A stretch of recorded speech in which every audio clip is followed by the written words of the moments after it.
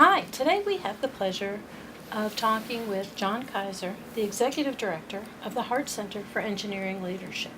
So John, tell us a little bit about the Center for Engineering Leadership. The Hart Center for Engineering Leadership is a leadership program, as you would expect, responsible for leadership programming for engineering students. And it is similar in some ways to leadership programs at other universities. However, the big difference is that this is dedicated to technical students, which is actually quite rare around the country. All right, and so the Hart Center for Engineering Leadership is located in Southern Methodist University, correct? Right. So tell us a little bit about what are the long-term goals. We have actually 4 goals, and we're a relatively new program, about 4 years old. But our 4 goals are, one, that we want to reach every single student, and that's an important difference for us in that a lot of programs have classes and things that are electives, and students can opt in or opt out of those classes. We feel like leadership education is too important for engineers, and so we're not willing to make it optional. And so our methodology is to infuse that into existing engineering courses. Wow. It's quite a challenge.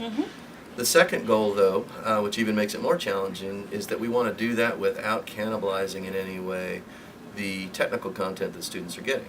And that is a very, very important distinction because we work very closely with and for faculty, and we would never be able to do that if there was a risk of putting their curriculum or watering it down in danger, or watering it down in any way. The third goal, though, is that we want to, we don't want to be simply informational, we want to be transformational and developmental for students. And so it's a very key aspect of what we're doing is that we want to be able to measure and evaluate the growth of students, even if that growth is incremental. And then the fourth goal is that because our methodology is a little bit different, we have a firm belief in it. We want to change the way people think about engineering education, and if we can change it nationally, that would be a terrific result from what we're doing. Those are very ambitious goals and very important ones, so thank you. So you're currently working with the Center for Creative Leadership, Leadership Beyond Boundaries. Right. What was some of your motivation for connecting with Leadership Beyond Boundaries? When we started the program about 4 or 5 years ago, again, I'm having trouble remembering, but we really had a decision to make, and it was a kind of a classic make or buy decision. Do we want to hire faculty that have some leadership experience and to begin to develop this, or do we want to go out in the market and find a partner that would work with us and immediately ramp up very quickly and get the credibility that from the get-go that we didn't have. And so that was the reason that we chose to look for a partner. But the reason we selected CCL and LBB specifically was because LBB was really, really impressive to us in that they were very adaptable, and they could use some of their existing tools and their existing resources and their literature, but adapt it for the environment that we were in. And not a lot of other companies were willing to do that. They had a mission that was almost a direct overlap with the 4 goals that I've just given you, and so that was a real key for us. And also, price point was an issue, and even though everybody has to gulp hard when you start talking about prices, we know that's the nature of the business, but we're talking about delivering engineering leadership education to roughly 1,000 students a year, and price is going to be an important aspect of that. So what are some of the things that you've accomplished in your 4 to 5 year journey? There have been a number of things, but in the last 3 years we've really made a step change difference with the result of the partnership with CCL. And so some of those things are everything from understanding and learning our students better with some personal work that was done early. We've developed an ethics toolkit that was kind of modeled after your Leadership Essentials toolkit or your leadership toolkit. We have done some other things that are quite remarkable, but probably none more so than what we've done in first year design.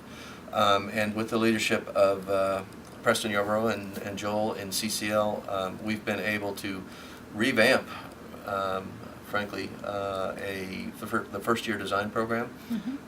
They took a lot of care in getting our faculty involved, and then our faculty latched on and really did a lot of the revamping themselves, and so it really became a very, very coordinated and joint effort. But it's a program now that is reaching approximately 70% of our incoming students with leadership that is truly, truly developmental. Something similar to that is a leadership assessment that we developed that is given even before students set foot on campus. And so we're getting a sense for their leadership skills and their, maybe so much their, not so much skills, but their understanding of leadership 2 or 3 months before they even take their first class. And that is a real opener. And I think we reached close to 85% of our incoming students with that. I don't think that's going on anywhere in the country. It's very impressive, both all those things you've mentioned. So I can imagine with those accomplishments, there's also been a few challenges. Any that you'd like to share with us today? Yeah, probably the biggest challenge is scale. A lot of times with a lot of programs, and I think HCL and CCL are kind of in lockstep on this, and that is that we equate quality with high touch. Right? And to touch 1,000 students in a high-touch way there's just the resources don't exist to be able to do that, and so we're looking at everything we do through the lens of how do we scale it for a large number of students, still give them some of that tailored feel about it, and still again make it developmental. Again, we could do that just by having a talking head at the front of a room, but that's not who we are and what we're trying to do, and so we have to look at everything with a very, very creative lens about how we scale it. As you would expect, resources are always a challenge, and so we are somewhat of a victim of our own success. We have faculty now approaching us about using our leadership content in their classes, and yet we've got personnel constraints, as does LVB and CCL. So those are the biggest challenges. And so what are your plans for the future? Our plans right now we're going to try to find the resources to be able to expand what we're doing. So the first year design was a really good example. It is certainly one of the most notable wins that we have. That was what we want to do is try to replicate that now in years 2, 3, and 4. And we have some success with that in year 4 as seniors, but we're going to have to get very creative and figure out a way to do that. First year design has a unique aspect to it in that there's a lot of students together at one time, and so the scalability issue could be addressed. That starts to fall away in the second and third year, and so we're going to have to do something different, but it's going to have, we're hoping, some of the same attributes of first year design, like the experiential piece of it. Okay. Anything else exciting coming up in the future? Yeah, we are doing a Leader Fellows program, and so we've created a 4-module program that is going to happen over 2 years, but it's specific to PhD students. And so we are bracketing the undergrads with the PhD students. Importantly, that is going to be, certainly there's going to be a communications aspect to that and a leadership aspect to that.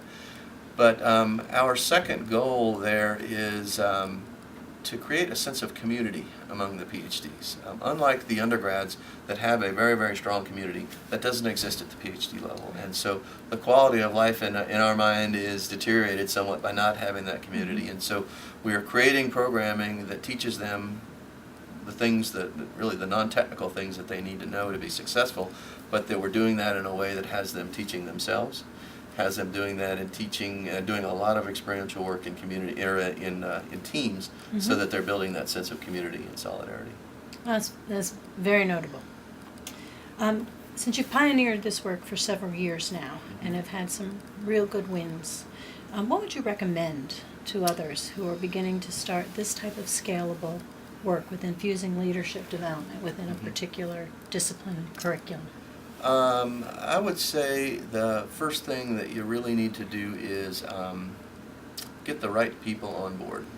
You have got to find people that have an overlapping mission with you, and they might be internal people, and hopefully they are. But if you go outside, it's finding the people that have the same mission and the same interest. And then I think developing really a framework that is indicative of what you want to be and how you want to teach and what your goals are. The real important thing for us, though, not to be ignored, is that because we are really focused on students, the people that are most close to the students, other than their own friends, are the teachers, the faculty. And so I would never recommend launching this unless you're doing it in lockstep with faculty. And so finding some early adopters and delivering for them is key. Thank you. We really appreciate your time today. And before we wrap up, is there anything else you'd like to share that you think people might want to know about in terms of the work you're doing or about infusing leadership into a discipline or curriculum? Yeah, I guess the thing that I'd like people to understand is that what I said about getting people on board is really key. The relationship with CCL has done, really what we wanted it to do. It gave us instant credibility and got us in front of students and faculty very, very quickly with tools that we simply didn't have the time to develop. And so that was very, very key. But at the end of the day, it all comes down to people, right? And so whether the people are internal or external, it just doesn't matter. You want to be aligned with people that you enjoy being around, and so that's been a key for us with CCL, is the friendships that we've developed in the kind of alignment of strategy and alignment of vision. Thank you. Thank you very much for your time today and for sharing that very interesting information.